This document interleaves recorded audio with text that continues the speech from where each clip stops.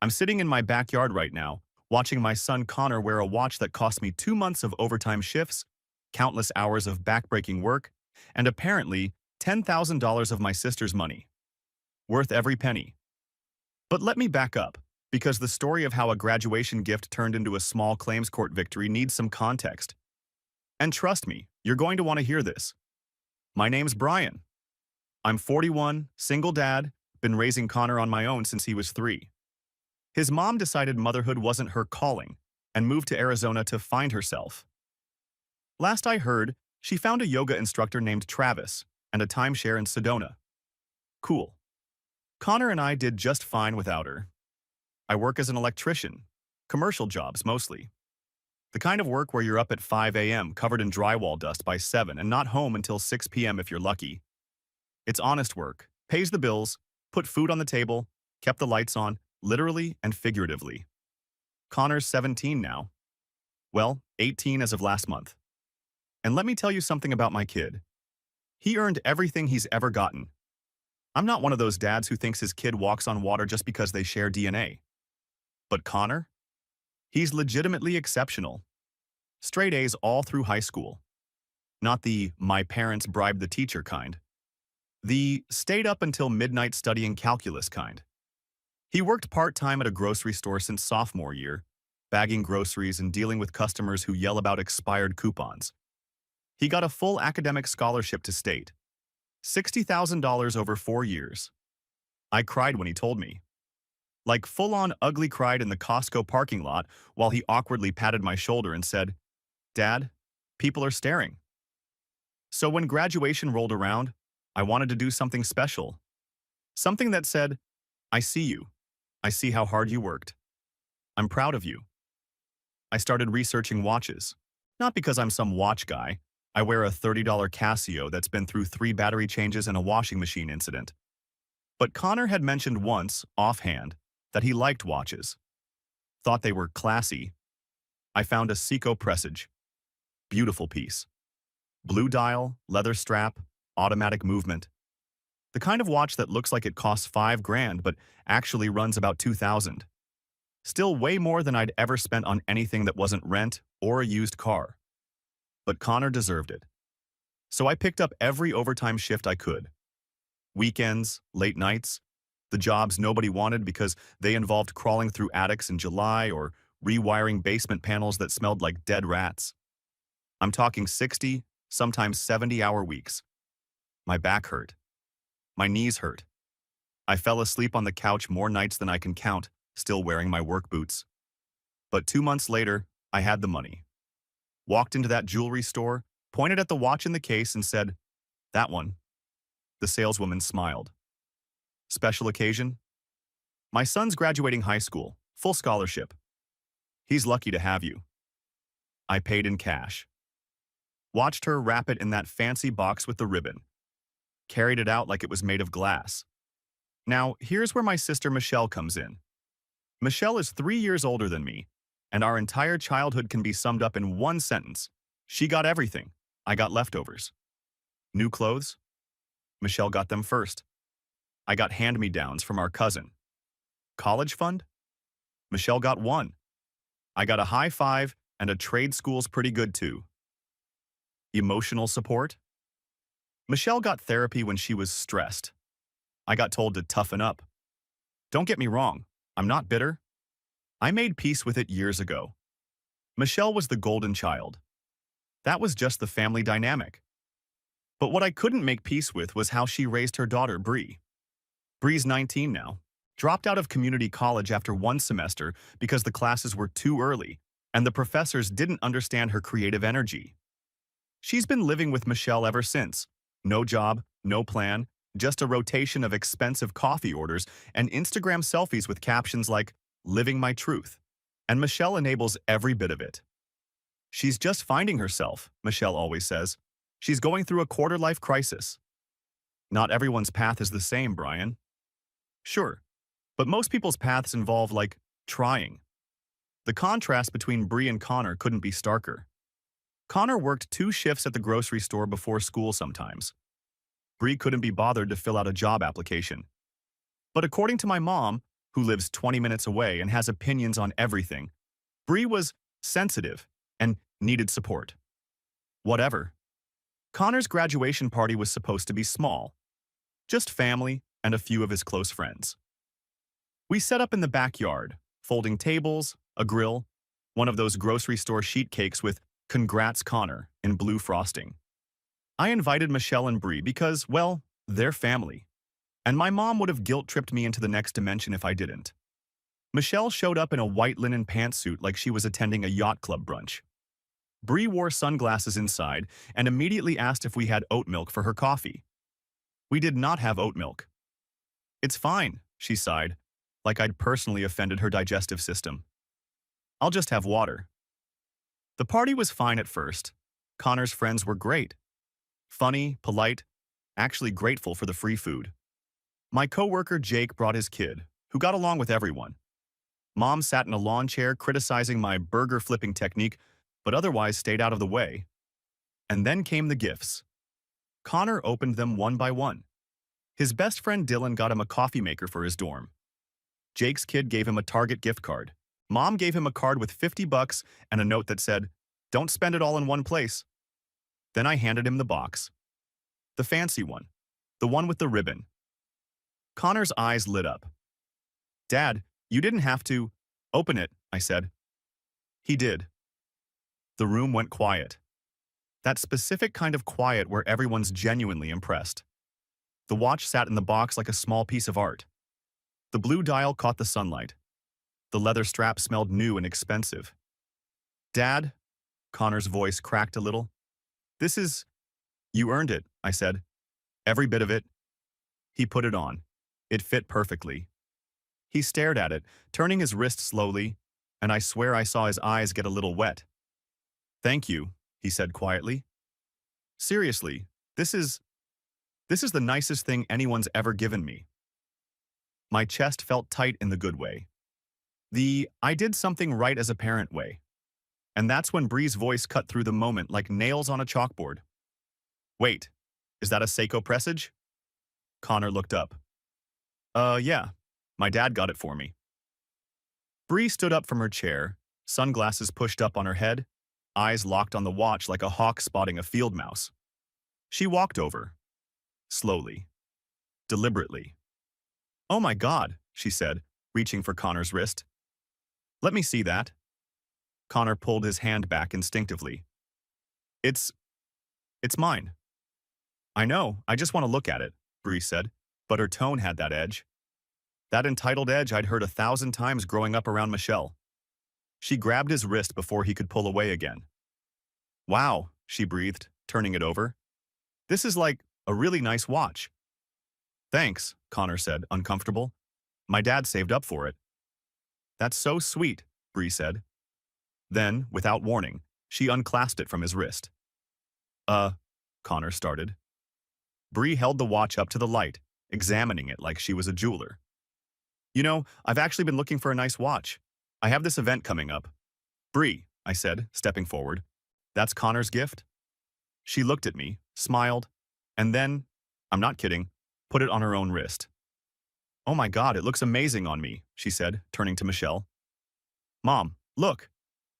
Michelle glanced over, smiled indulgently. "It does look nice, honey." I blinked. "Bree, take it off." "I'm just trying it on, relax," she said, admiring her wrist. Connor stood there, frozen, clearly unsure what to do. I stepped closer. "I'm serious. That's Connor's graduation gift. Take it off." Bree's smile faded. She looked at Michelle. And Michelle, my sister, who I'd invited into my home, who I'd fed and welcomed, looked at me and said, "Brian, don't be rude. She's just looking at it." I stared at her. "She's wearing it." "It's not a big deal," Michelle said, waving her hand dismissively. "Connor's not even that into watches." "Are you, Connor?" Connor's jaw tightened. "Actually, See?" Bree interrupted, grinning. "He doesn't mind. Besides, I deserve something nice. I've been going through a lot lately." I felt my blood pressure spike. "You deserve it? Connor graduated top of his class with a full scholarship. What did you do?" Bree's face flushed. Wow, that's really mean. Brian, Michelle snapped. Apologize. For what? You're making Bree feel bad. She's wearing a $2,000 watch that isn't hers. The backyard went dead silent. Michelle's eyes went wide. $2,000? Yes, I said flatly. I worked overtime for 2 months to buy that. Bree looked down at the watch, then back at me. And then, I swear I'm not making this up. She smiled.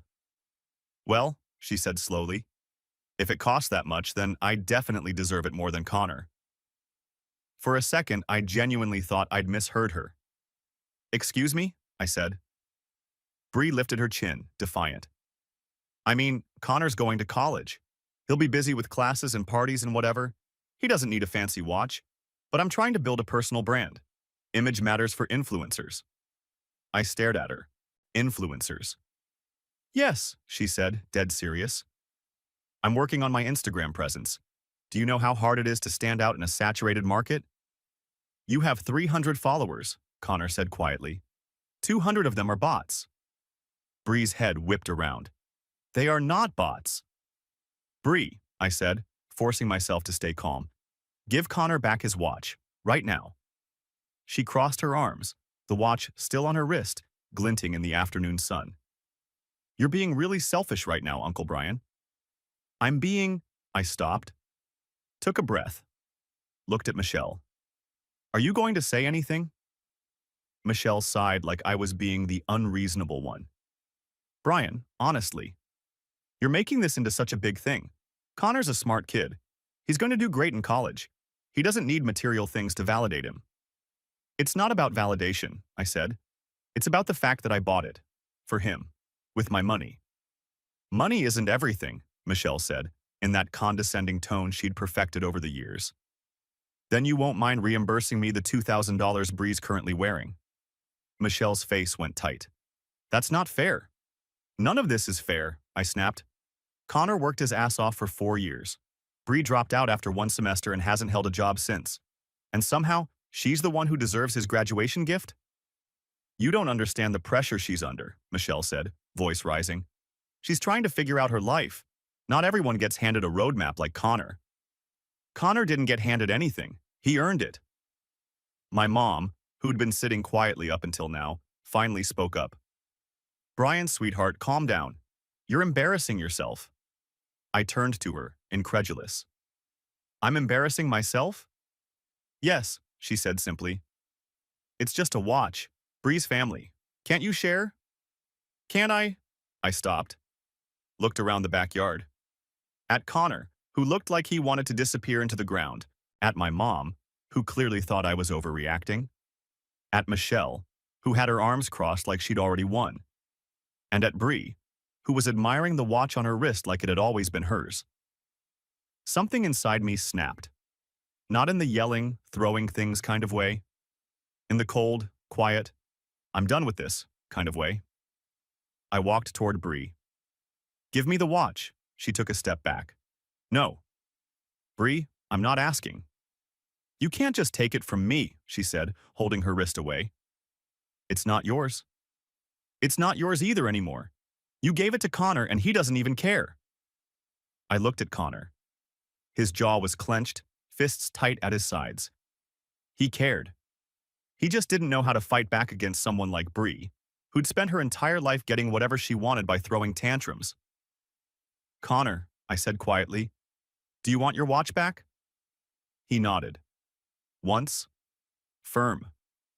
I held out my hand to Bree. Last chance. She looked at Michelle. Mom? And Michelle, God, I'll never forget this. Michelle laughed. Not a nervous laugh. A genuine, amused laugh. Brian, you're being ridiculous, she said, shaking her head. It's a watch. You're acting like she stole the crown jewels. She did steal it, I said flatly. Right off my son's wrist. I didn't steal it, Bree protested. I'm just trying it on. For how long? I shot back. Forever? Bree's face flushed. You know what? Fine. Maybe I should keep it. Because clearly Connor doesn't appreciate it. He didn't even get to wear it for 5 minutes, I shouted. Well, maybe if you raised him to be less materialistic. That's when I reached for her wrist. Not aggressively, just firmly. I grabbed her arm, gently, I swear, and started trying to unclasp the watch. Let go of me, Bree shrieked, yanking her arm away. Give it back. Mom! Michelle shot up from her chair. Brian, get your hands off my daughter. Tell your daughter to give back the $2,000 watch she's stealing. We were in a full standoff now, Bree clutching her wrist, me standing in front of her, Michelle storming over, Connor frozen. My mom calling for everyone to just calm down. This is assault, Bree yelled. This is theft, I yelled back. Michelle grabbed my shoulder, trying to pull me away. You're scaring her. She's scaring me. She just stole my son's graduation present. It's a watch, Brian, a stupid, overpriced watch. Then she won't mind giving it back. Bree tried to dart past me, still wearing the watch. I blocked her path. She tried to go the other way. I blocked that too. You're acting like a psycho, she screamed. You're acting like a thief. And that's when Michelle did it. She reached past me, grabbed Bree's wrist, and with one quick motion, unclasped the watch. For half a second, I thought she was going to hand it to me. That maybe finally, some sense had kicked in.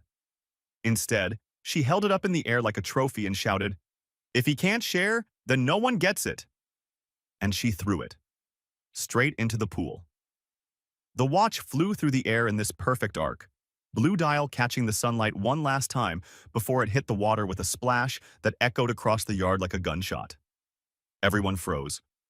Connor's mouth fell open. My mom gasped. Bree's eyes went wide. Michelle stood there, chest heaving, looking half triumphant and half terrified of what she'd just done. I stared at the pool, at the ripples spreading across the surface, at the spot where 2 months of overtime shifts had just disappeared under chlorinated water. There, Michelle said, breathing hard. Problem solved. Now nobody has to fight over it? I turned to her slowly. You just threw a $2,000 watch into a pool. Because you wouldn't share, she shot back. It wasn't mine to share, it was Connor's. And now it's ruined, so everybody loses. She crossed her arms. Maybe next time you'll think about being more generous with family. I couldn't speak, literally couldn't form words. Connor walked to the edge of the pool, stared down at the water. I saw his hands shaking. Can we fish it out? He asked quietly. Water damage, I said, my voice hollow. Even if we get it out right now, it's done. The movement, the internal mechanisms, it's completely ruined. Maybe if we dry it, Connor. I put my hand on his shoulder. It's gone. He nodded. Once. Then turned and walked into the house without another word. The backyard was dead silent except for the pool filter humming. My mom finally spoke up. Well, that was unfortunate. Unfortunate? I repeated. She didn't mean to. She threw a $2,000 watch into a pool, Mom, on purpose, while yelling about it. That's pretty intentional. She was emotional. She was wrong, Michelle scoffed. Oh, please. You're acting like I murdered someone. It's a watch, Brian. You can buy another one. I looked at her. Really looked at her. At this person who I'd grown up with, who I'd defended 100 times when people called her spoiled, who I'd made excuses for because that's just how she is. Get out, I said quietly. What? Get out of my house. Michelle's face went red. You're kicking us out? Over a watch? Over the fact that your daughter tried to steal my son's graduation gift? You defended her, and then you destroyed it rather than admit you were wrong. I destroyed it so you'd stop being a jerk about it. Destroying someone's property to teach them a lesson is literally assault, Michelle. Oh, here we go with the legal talk, she sneered. What, you gonna sue me? Your own sister? I didn't answer, just stared at her. She laughed. You won't. Because you're all talk, Brian. You always have been. Bree tugged on her arm. Mom, let's just go. This is boring anyway. Yeah, Michelle said, grabbing her purse. We're leaving. Come on, Bree. They started toward the side gate. Michelle stopped, turned back. You know what your problem is, Brian? You're so obsessed with being the good dad that you can't see Connor's going to be fine. He doesn't need a fancy watch.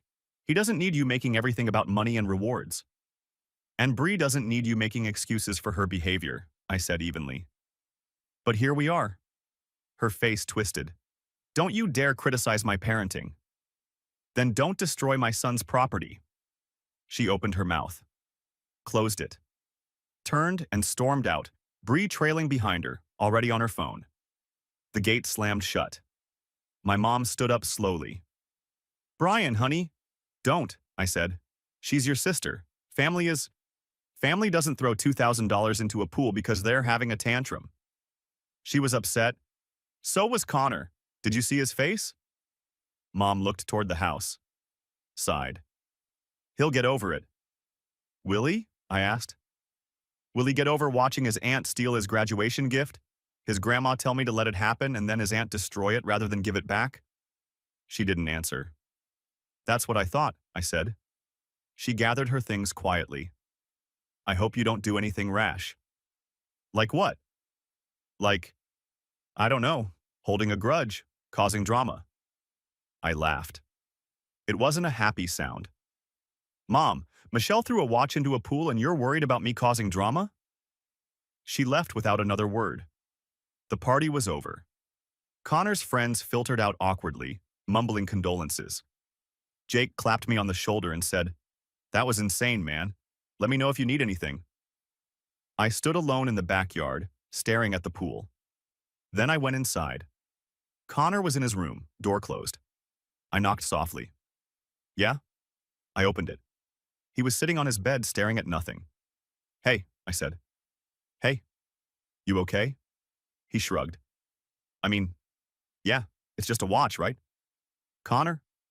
No, Grandma was right. It's just a thing. I shouldn't be upset about a thing. I sat down next to him. You're allowed to be upset. His voice cracked. I really liked it, Dad. Like, really liked it. And I didn't even get to wear it for 10 minutes before she just took it. I know.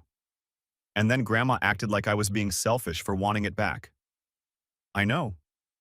And then Aunt Michelle just threw it away, like it didn't matter. He looked at me, eyes red. Did I do something wrong? My chest tightened. No, not even a little bit. Then why did they act like I didn't deserve it? I didn't have an answer, not one that wouldn't make him angrier. They're wrong, I said finally. About you, about the watch, about all of it. He nodded but didn't look convinced. I stood up. I'll be right back. I went to my room, pulled out my phone, took a photo of the receipt for the watch. I'd kept it in my wallet, just in case something happened and I needed to use the warranty. $2,043, plus tax. Then I Googled something I'd never thought I'd Google. Can you sue family member for destroying property? The answer, it turns out, was yes. Turns out, suing someone for intentional destruction of property is shockingly straightforward. I spent that entire night researching. Connor had gone to bed early, or at least he'd gone to his room early. I heard him moving around until past midnight. Couldn't blame him. I sat at my kitchen table with my laptop, a notepad, and a cup of coffee that had gone cold 2 hours ago. The internet, for all its chaos, had answers. Small claims court. Maximum claim in our state. $10,000. Filing fee. Around $75. No lawyer required, though you could bring one if you wanted. And the criteria? Pretty simple. You had to prove. You owned the property. The property was damaged or destroyed. The other person did it intentionally or through negligence. You suffered financial loss receipt? Check. Video evidence? Well, sort of. I texted Jake at 1 a.m. Did your security camera catch any of the backyard? He responded at 1:03 a.m. Dude, yeah. You want the footage? Please. Sending it now. Also, your sister is unhinged. Tell me about it. The video came through 20 minutes later. Jake's security camera covered his driveway, but the angle just barely caught the corner of my backyard. You couldn't hear what anyone was saying, but you could absolutely see Michelle grab the watch and hurl it into the pool. Crystal clear. No ambiguity. I saved 3 copies, one on my laptop, one on a flash drive, one uploaded to the cloud. Then I kept digging. Turns out, intentional destruction of property in front of a minor, especially when that minor is the intended recipient, could be argued as causing emotional distress. And if I could prove emotional distress to Connor, that was additional damages. I pulled up a Word document and started typing. Damages. Watch. 2043. Court filing fees. $75 emotional distress to minor child. The emotional distress part felt shaky. I wasn't trying to milk this. I just wanted Michelle to face actual consequences for once in her entitled life. But Connor's face kept flashing in my mind. The way he'd looked at that watch. The way his hands had shaken at the edge of the pool. The way he'd asked if he'd done something wrong. Yeah. Emotional distress felt justified. I added, $1,000 for counseling talks emotional impact. By 3 a.m., I had a plan. By 6 a.m., I drafted the small claims paperwork. By 8 a.m., I was at the courthouse. The clerk was a woman in her 50s with reading glasses on a chain and the energy of someone who'd seen every flavor of family drama.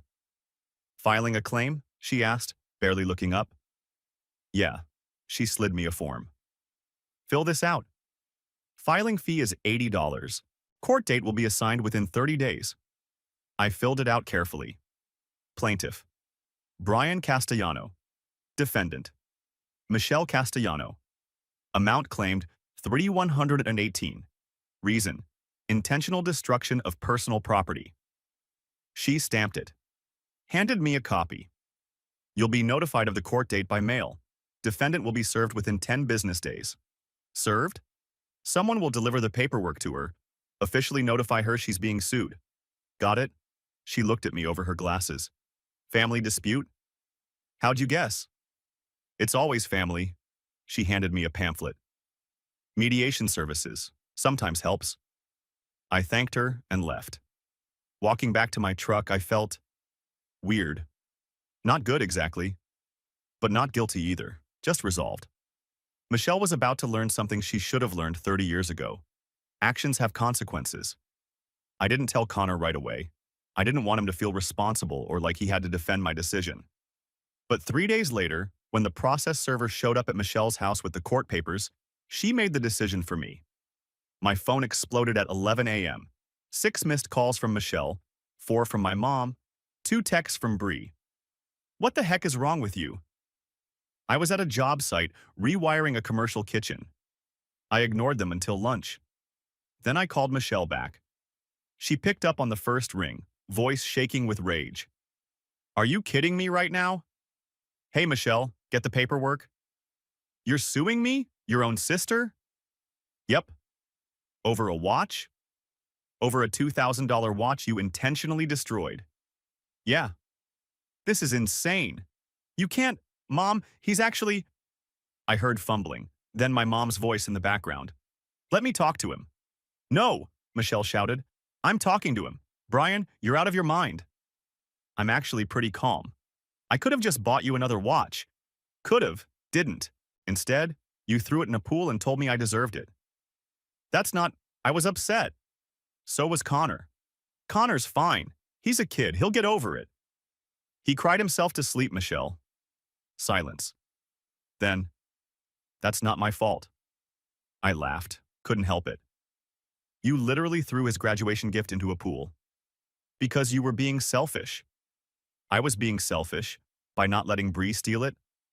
She wasn't stealing. She just wanted to try it on. For how long? A year? 2? Michelle's voice went shrill. You know what? Fine. Sue me. I'll see you in court. And I'll make sure everyone knows what kind of person you really are. Please do, I said. I'd love for everyone to know the full story. She hung up. 2 minutes later, my mom called. Brian, what are you doing? Holding Michelle accountable. For what? An accident? It wasn't an accident. She yelled, nobody gets it, and threw it. That's premeditated destruction. You're tearing this family apart. Michelle tore it apart when she decided Bree's tantrum was more important than Connor's achievement. That's not fair. None of this is fair, Mom. That's the point. She sighed. Long, dramatic, martyr-like. If you go through with this, I don't know if I can support you. I'm not asking you to. Brian.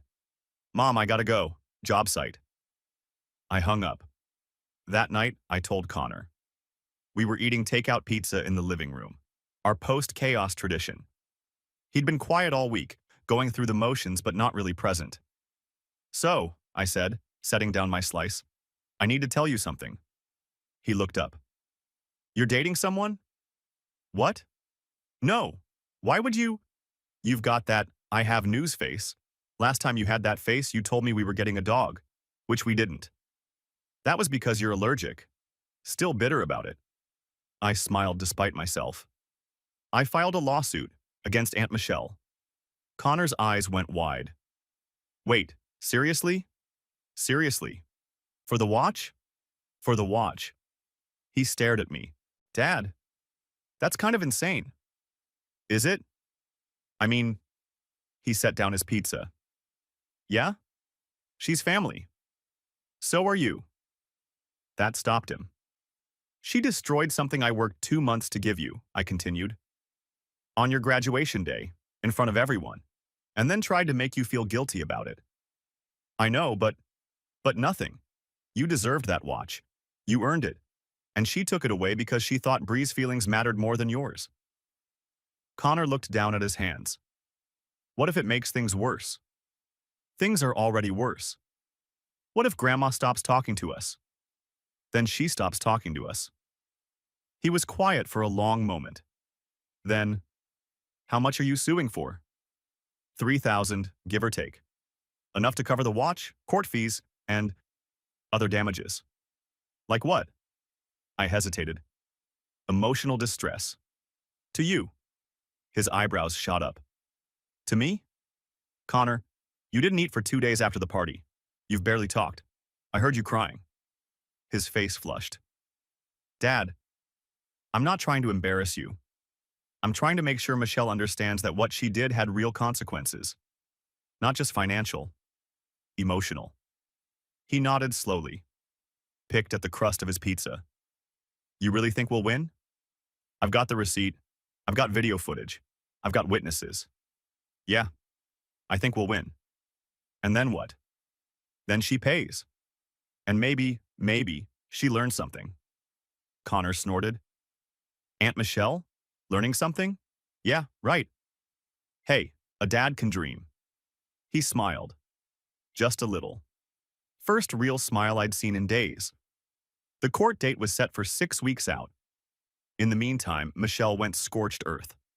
She posted on Facebook, publicly, for all her 600-some friends to see. When your own brother sues you over a misunderstanding. Family means nothing anymore. Hurt beyond words.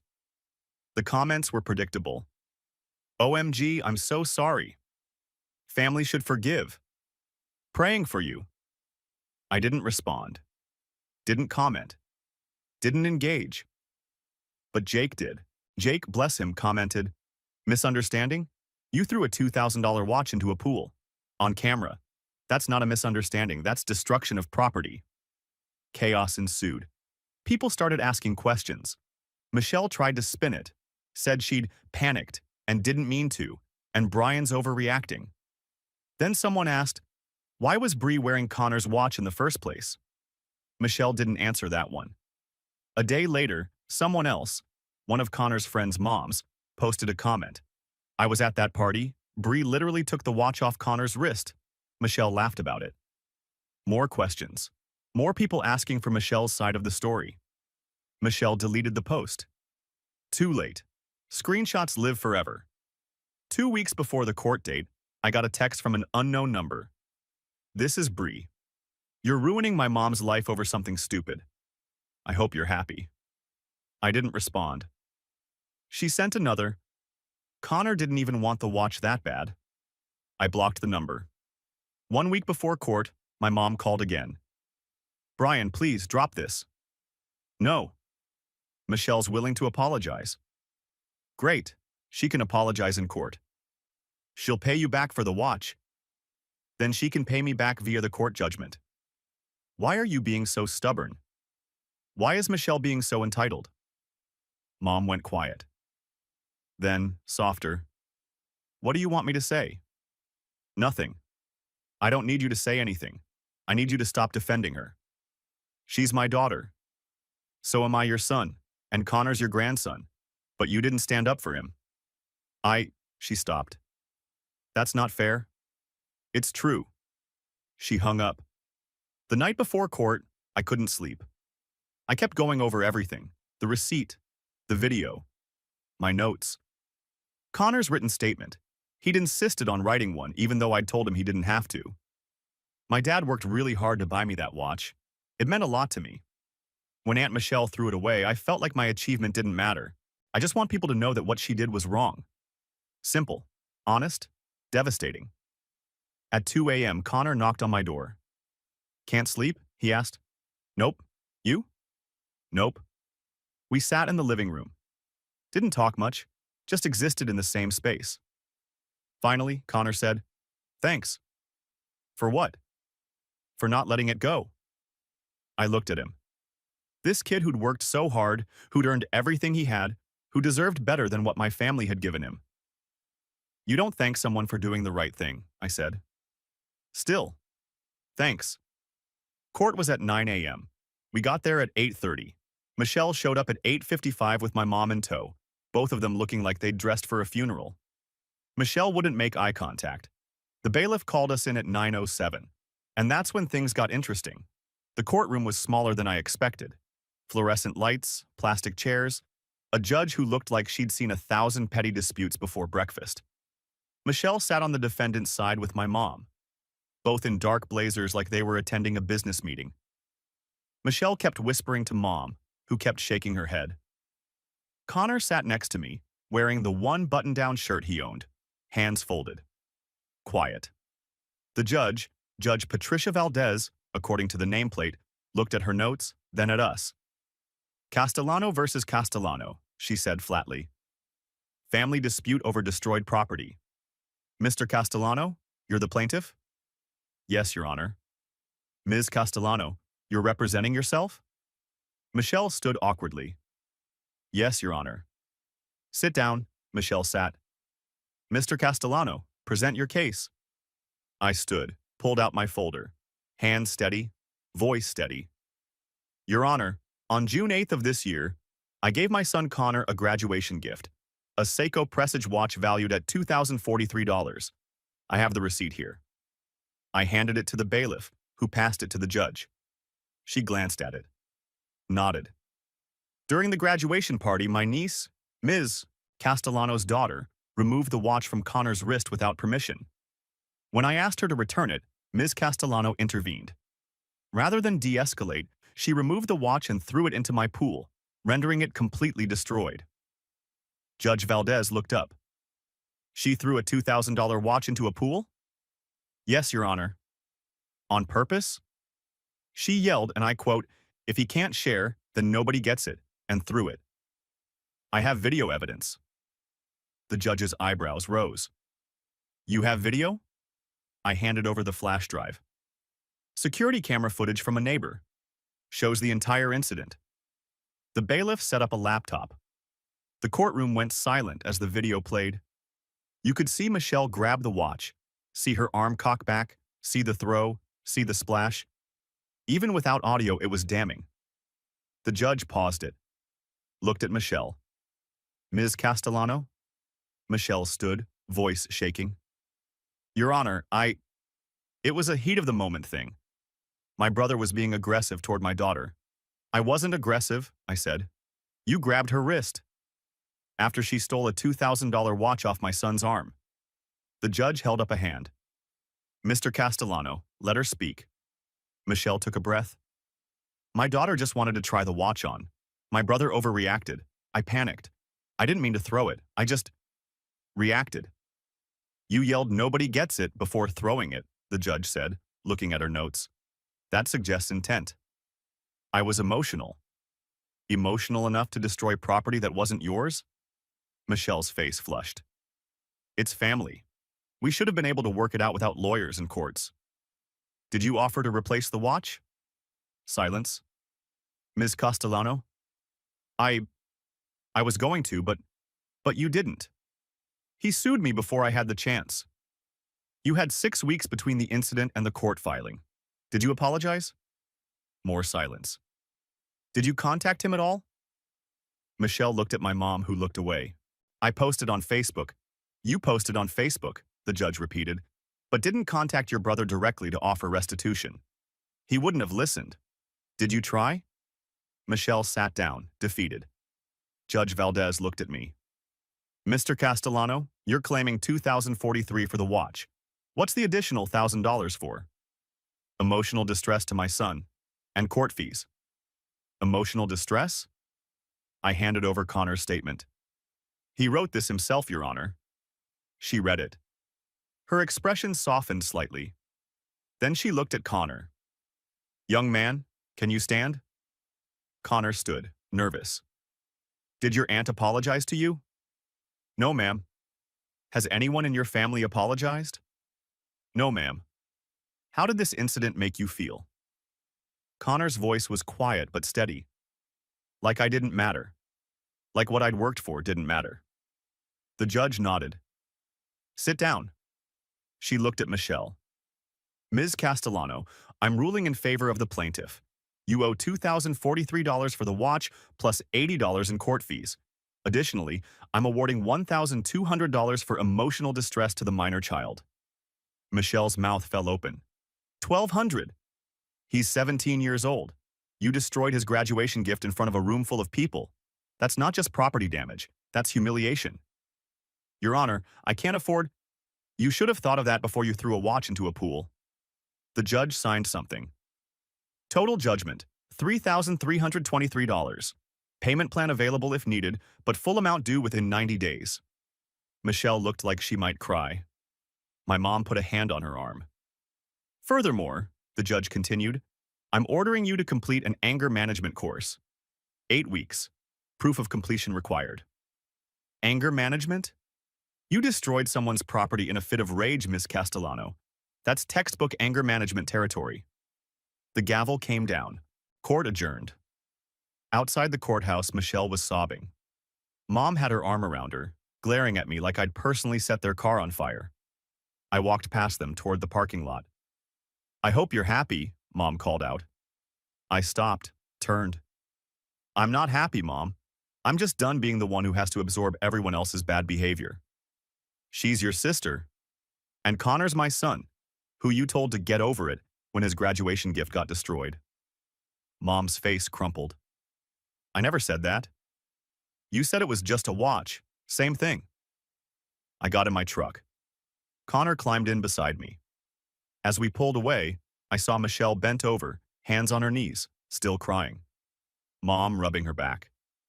Do you feel bad? Connor asked. A little, I admitted, but not enough to regret it. Good. 2 weeks later, Michelle's first payment came through. $700. The payment plan she'd set up meant she'd be paying me monthly for the next 5 months. Every payment felt like a small victory. But the real victory came 3 days after the court ruling. I took Connor to the same jewelry store. The saleswoman recognized me. Back already? Need another watch, I said. Her face fell. Oh no, what happened to the first one? Long story, this time I need something a little more durable. She smiled. I have just the thing. She pulled out a Seiko Prospex dive watch. Black dial, steel case, water resistant to 200 meters. If someone throws this in a pool, she said, it'll be fine. I laughed. Perfect. It cost $2,500, more than the first one. But when Connor put it on, the look on his face made it worth every penny. Dad, you didn't have to. Yeah, I did. He stared at it, turning his wrist in the light. It's perfect. So are you. He rolled his eyes but smiled. Michelle sent one text after the second payment went through. I hope this was worth destroying our family. I replied, I didn't destroy anything. I just stopped pretending it wasn't already broken. She didn't respond. Connor's at college now. State school, full scholarship, thriving.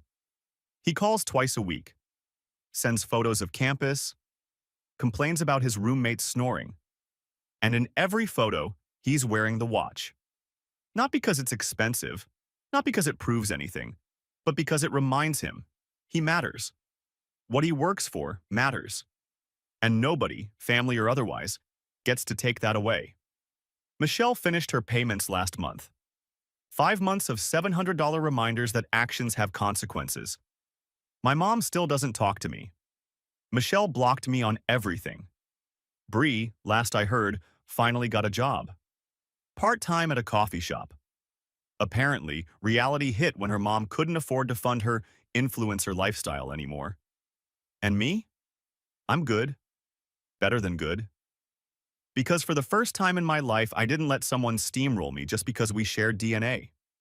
I stood up. I fought back. I won. And my son learned something more valuable than any watch could teach. Your worth isn't negotiable. Not for anyone.